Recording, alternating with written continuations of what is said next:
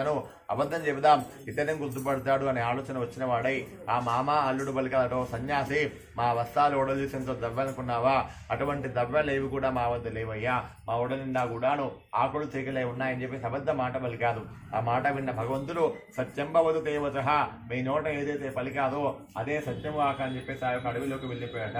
అప్పటిదాకా అత్యంత కష్టంగా ప్రయాణం చేసిన నావలు ఇంకొద్ది సమయం గడిచాక అతి తేలికగా కాగితాల్లాగా ప్రయాణం చేస్తూ ఉన్నాయి. అనుమానం వచ్చి ఆ మామూలు కూడాను ఓడలాపి చాలాలు చూస్తే ఓడ నిండా కూడాను ఆకులు తీగలు లతా పుష్పాలే ఉన్నాయి. వెంబడే మూర్చ వచ్చింది.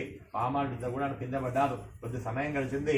అల్లుడు లేచాడు, మామని లేపాడు. మామ మనకు అగుపించాడు సన్యాసి, అతను చాలా గొప్ప మహానుభావుడు ఉంటాడు కాబట్టి అతను నోట పలికించే సత్యం జరిగింది అని చెప్పి ఆ యొక్క అడవి అంతా తిరుగుతూ ఉన్నారు.